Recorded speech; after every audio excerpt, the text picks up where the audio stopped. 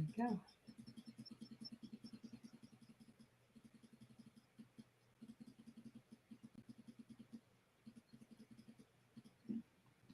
Welcome to another episode of How to Be Happier for Entrepreneurs. I hope you're having a fantastic day as always. Today, we are going to have an amazing conversation with Denise. Denise has this magical gift of making the complex really simple. Denise, welcome to the show. Oh, hey, Brad. I am so happy to be doing this with you. Thank you. This is going to be really fun today. It is. Oh my gosh. We chatted briefly a couple of weeks ago, and some of the topics we're going to discuss are pretty amazing. So let's jump right in as we always do. Love it. So this concept of designing your life and business with intention, how do you approach that? And how has it shaped your journey both as a leader and a parent? Yeah, I love the question because it focuses on the word intention, which is, not where do I want to be 5 years from now, 10 years from now, or how do I address what I used to do, but sort of how to hold it right in front, like you have a steering wheel in front of you and go, where am I going now? Oh, I think I want to go this way. I want to go this way. So it requires consciousness. It requires presence, mindfulness, whatever terms you want to use. And then it's this movement, this flexibility, like if I do this, then where do I change it over here? So there has to be some adaptive skills in there as well. And what I like is the ability to hold presence and adapt and still go in the direction you want to go. Does that make sense? Yeah. So let's get a lot deeper on that. So a client comes to you and says, I'm working 100 hours a week. I've got some cash flow problems and I'm really not happy. How do you take that and help him or her design their life and business with intention? Well, first and foremost, I'm not a business coach. I'm a personal energy coach. So I'm going to go first as to why are you working 100 hours a week? And where are you afraid that you're not doing enough?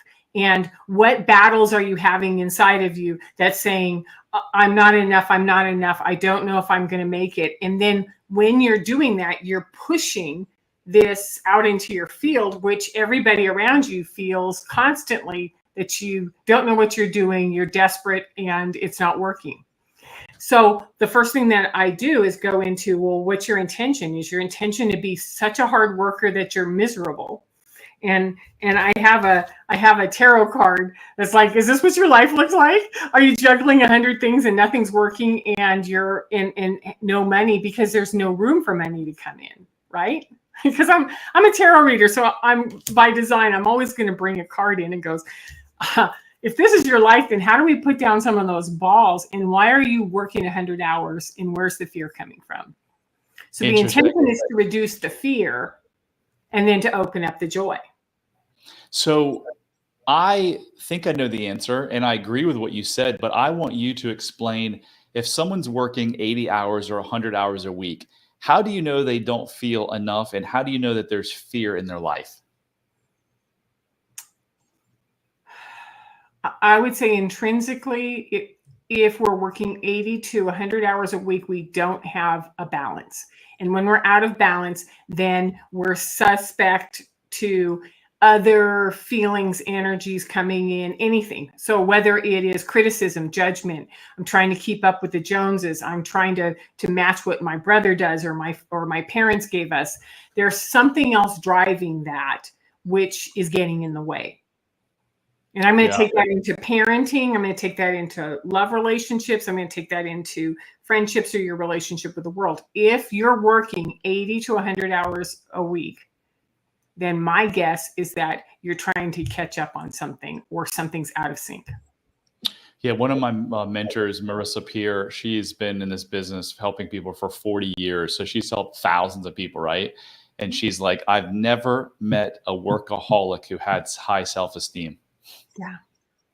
And usually there's this repetitive pattern in their head, which is they hear their father's voice, they hear a teacher's voice, they hear something, and that's just tapping them on the back. And so, what I love is this is the way that the devil card has been portrayed in the Osho Zen, which is, I don't know who I am, but I'm sure as hell going to pretend to be exactly like everybody else. And there's a lot of stress in trying to keep that costume on, trying to keep that pretense going, because you've been conditioned that maybe productivity, let's say you come from a family that is a Ivy League graduate, in the legal profession or political profession, where there's a lot of expectations about what you are going to be able to produce as well. And you have a sensitivity to you are a creative, and this doesn't work for you, but you've lashed on these pretenses. You put the suit and tie on, you go to work, but you're not happy, and at the core, it's not working.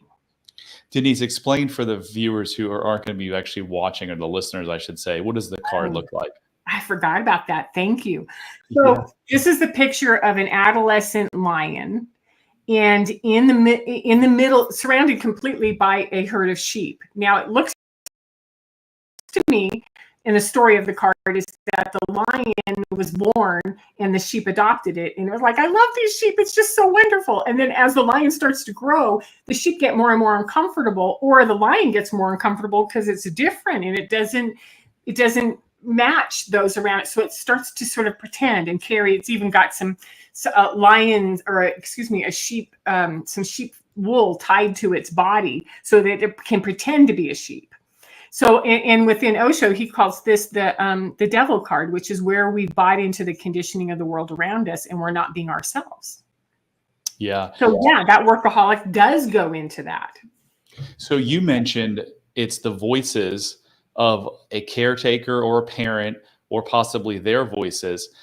Yeah, and those voices could be a meaning that child placed on whatever it was going on in their life. Dad and mom are fighting all the time about money. Dad's losing his job all the time. Dad's never around.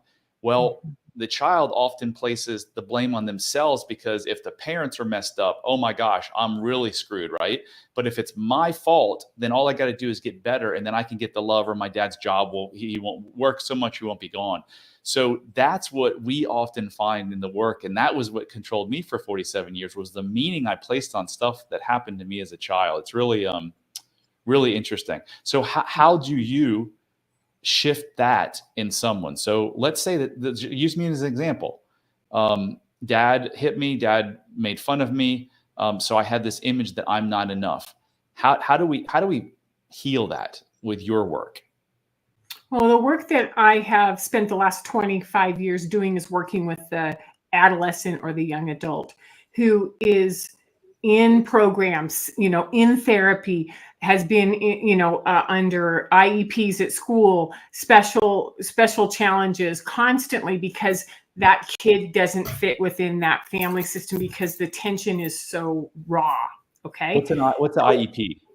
An individualized education plan within it's a program that the schools assign so that each teacher has a way to adapt education. Gotcha. Okay.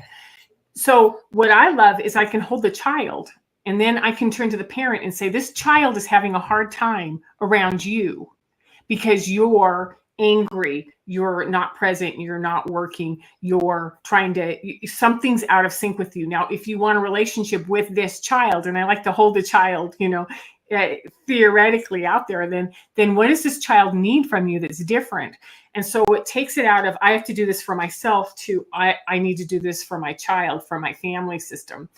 And what I like about that work is we're much more motivated to save our children than we are to save ourselves. And then in the process, we save ourselves because we reparent. So what that child needs mostly from us, that teen, that adolescent, right? That young adult, is that they need to hear that I get it.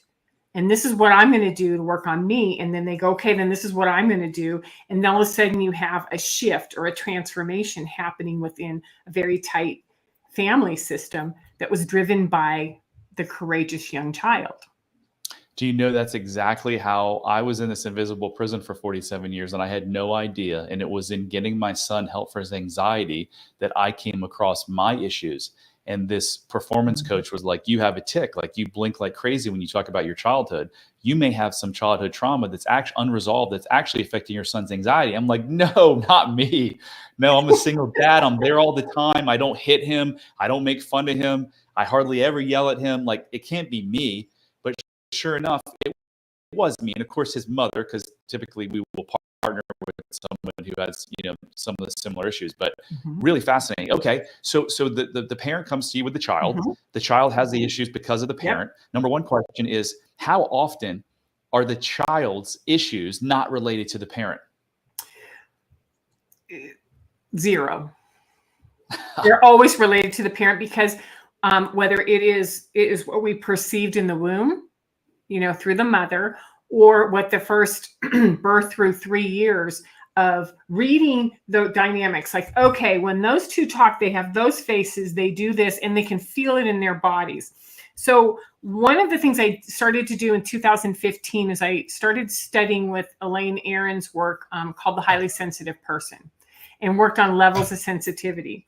So here's another tarot card to show you, which is a picture of a woman who's glowing with this red, or this light, this warm light around her. And when she's touching the tree has the same glow, and she has the same glow. So she's matching it energetically. So what happens is that when we're sensitive, and all of us have levels of receptivity that's sensitive, is that we're reading the environment, we're reading the climate in the house, we're reading the eye contact that mom or dad makes, we're reading the posture. And so we are adjusting and trying to adapt to, is this a safe place? Is dad mad? Is mom mad? What's going on? And so then there's this anxiety and this tension, which means that the vibration of the office, the vibration of the house, the vibration of the classroom is not comfortable. And then we're told, just buck it up and do what you're supposed to do. And that's the old thinking, which is just thrive in it or get out. So that was, if you had a mic to drop, that would have been, I think, the drop the mic moment so far when I asked you that question and you responded. And the question was, how many of the kids' issues are not affected, not caused by the parents? And you said 0. Did you guys hear that? Like, that is pretty profound, right? If your child has behavioral problems, if they have anxiety or depression, if they're getting terrible grades in class, it's not your fault, but you are causing it, and you're causing it probably by the way you were raised. So if you want to fix your child, you've got to begin by fixing you. And I'm going to take back that word fixed. I'm going on just a couple hours of sleep here. I don't like the word fixed because I don't believe any of us are broken. It's just about healing. It's about healing those meanings that we talked about earlier from your childhood that you're probably just pushing it down. So if you're listening to this wondering, do I have any of those things from my past? I created a 3-minute quiz. Do yourself a favor in your health and your partner and your business, if you have one, and go to unlocklimitlessyou.com/quiz and take this. It only takes a couple minutes, literally like less than 3 minutes. It's 12 questions. It will tell you if you have some of these meanings or these limiting beliefs that are buried in you that may be affecting all kinds of things in your life, your kids' behavior, your addiction, your drinking, your depression, anxiety, whatever it is. So do yourself a favor, go take that quiz. Okay, so Denise, this is great stuff. So now we've agreed that the parents are the cause of it. It's not their fault, but they're the cause of it. Now what do you do? What do you work with the child and the parent? I love that because I don't work with the child. When I was working in therapeutic placement, I ran admissions I was the gatekeeper for psychiatric evaluation hospital, for a therapeutic high school, for, a young adult independent living program. So in admissions, my job was to assess what was going on with the family and decide if that teen or young adult was appropriate for our program. And what I started to do was hold my hand out, and as I'm reading their psychoeducational testing or listening to the reviews the interviews I have to make in order to make that decision, the kid's sitting there talking to me like, we'll ask him about this, we'll ask him about that. And I'm like, what the hell is happening? It's almost like in Star Wars where R2-D2 has, Princess Leia says, the hologram comes out, help me, I was like, oh, this kid's talking to me. So often when I'm working with the parents, they go, well, don't you want to meet my kid? And I go, I don't need to. I can already feel what their experience is. And so let's talk about how to get in touch with being aware of what you're sending out and aware of what you're holding in, and whether or not that is a feeling that's comfortable for you. Because my guess is when you get comfortable as the parent with being able to say something from an authentic place, or to be able to recognize that your breathing is down in your deeper part of your chest and not up here in your throat, or that there aren't shards of tension coming out of you, that everything changes in the family. And yeah, and it did in my world. So I was a little confused at first because when I asked you about myself, you said I only work with children. You heal children, but by working through their parents, is that right? No, I work with, I'm a parent coach, and I work with I advocate for the child. I'm always going to take that child and say, this kid deserves, because, I'm going to go to my childhood, right? This kid deserves a family that is nice to them, that says, I love you, or that isn't judging you from head to toe when you walk in, that you can feel the energy. If I was born into a family that has no emotional intelligence at all, no emotional awareness, and I'm all emotion. And so there was this, like, I'm reading everything in the family all the time and thinking, well, what's wrong with me? This is a horrible place to go. And I just, every year I got older, I got busier and busier, and then never stayed home. So we know that we have these reactions. So I work with the parents. If they want a relationship with their child, they need to say, what am I responsible for myself? And Gotcha. then the hardest part is when you've got a mom and dad on the phone, right? Or on Zoom, and you ask them a question and they look over at the other one before and they try to answer it. And you go, no. I need you on separate screens, separate rooms. I don't want that in mesh dynamic. Let's start working on you individually and you individually. So let's talk about energy. You said how energy affects another person. I've heard it also affects like different things in nature, trees, and it probably affects everything because we're all energy. But speak a little bit to that, how people are like, well, I'm negative, but I keep to myself or whatever.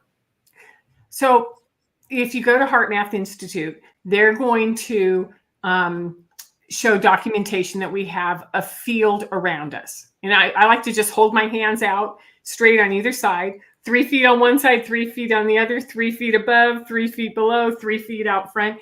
And what Heart Math is able to prove is that we are picking up and reading energy, vibration, invisible information at all times. It goes in through our body, then it goes up to our head, and our head says, when he has that look on his face, I think that means this. Or when she's giving me the silent treatment, oh, she must be mad about something. I wonder if she's mad at me. We don't even know. We can just feel it. And we can see it and we can hear it. Every sentient being has a field. And our fields, we can read each other at all times. So, and there's a new recognition on who's an empath or who isn't. We are all empaths. We are all sensitive. We are all reading this at all times. That's how our instincts, our gut, that's how our intuition works for us. So I'm always putting that into the family system, putting that into the clinical teams, putting that into the business teams, which is, how are you energetically reading each other? Because the words are one thing, but when you can tell that the words are shallow and there's a different meaning behind it, then what we want to say is, can you please bring those two into coherence for me? Because what you're saying and what you're feeling is not the same. So tell us a little bit for the folks that don't know about Heart Math. What is it and what is your experience with it? I've looked into it a little bit. I'm fascinated. I've thought about buying the monitor or whatever the piece of equipment is. And I've never pulled the trigger, but it fascinates me. Well, I haven't bought it either. I ran across Heart Math when I started to explore sensitivity, because they were the one research institute that was providing data, raw data on what happens in our field before our brain can react or see it. And so that, when I'm working with, I worked in the private pay therapeutic industry, which meant I was working with families that were Fortune 100, politicians, entertainers, really big management execs. And so I had to have some data that I could hand to them to say, hey, look at Elaine Aaron. She's a clinical psychologist. Look at heart math. It shows you what the field is. Go here, go here. So that I had some tangible research that they could hold on to, and then we could play off of that. So within HeartMath Institute, they have a study, and you can see the video at the very beginning where they show a series of slides, and you're monitored both in head and heart and breathing and nervous system. And they were able to prove that before the slide even came up, the body would have a reaction to it, because time and space moves around differently in your field than it does in your eyes and in your mind. And so whether it was a picture of a sweet, little puppy or a car accident, they were measuring the field responses way before the slide even showed up. And I thought, I saw that. That's incredible. Yeah, that's incredible. So just so the folks that don't know, there's a participant sitting in a computer monitor, and stuff is coming up, and the heart actually felt it or knew it was going to come up before it even showed up on the computer screen. HeartMath, I don't know if they were the ones who determined it, but they were the ones to determine that the energy of the heart and its span outside the body was even more powerful than the brain, right? 5,000 times more powerful, more intelligent than the brain. Because what we know is that everyone has a field, and we're interacting with each other's fields at all times. What happens after our field is impacted is our brain, our analytical system starts to go, oh, nervous system is doing this, breathing is doing this. I'm reminded of, oh, she looks like my mom when she does that. Like, the example I would use is my husband and my mother both used silent treatment. And I could tell when they started to do that. And I was like, oh, I could feel it. It was just vibrating, right? So then your brain puts meaning to it. So your brain is so minute compared to the intelligence that's available within your field, within your heart. So I keep bringing that down, because these younger kids are much more present in their fields than we are as adults. Wow, fascinating. So I have this theory that I want to share with you, and I want your opinion on it. You've heard people say, well, my husband's not affectionate. Mm-hmm. And I say he was at one point in time, because when he was a 2-year-old, he probably was walking up to other 2-year-olds, hugging them and kissing them, right? I think that people become non-affectionate through the voices and the meanings that we've been talking about for these last 20 minutes. What is your thought on that? Well, it makes sense. If you are at your core, you are a affectionate, touch is one of your love languages. You want words of affirmation. You need that interaction, that connection, and you are involved with someone who either has not had that, or is insecure about that, or has certain triggers that will shut them down. Like, for instance, if you're not listening to them when they tell you a story. If they go to touch you when you come in and you've got kids' diapers, you're like, shit, get off of me. I can't even, these things start to turn into these patterns, which is, all I have to do is watch her energy or his energy. And I can tell you that the spikes are up and don't go close. And then that person's like, how come you don't touch me anymore? You're like, I need your spikes to go down. I need you to stop emitting all of that you're doing. And then it's like, he said, she said, or you said that, and you point the finger. Well, so the line that I always work with is, if you would, then I would, is not the right way to go. In other words, if you would just touch me more, then I would be much more affectionate, as opposed to if I want affection, how about if I just go reach out and ask for it? Yeah. Why do you think you married a person that had similar traits to your mom? Oh, I think we marry one of either a mother or a father, or whatever. We duplicate vibrationally what we're most comfortable with. Even if it's terrible? Well, I don't think we have as much knowledge in our 20s, our early 20s, mid 20s, late 20s, early 30s,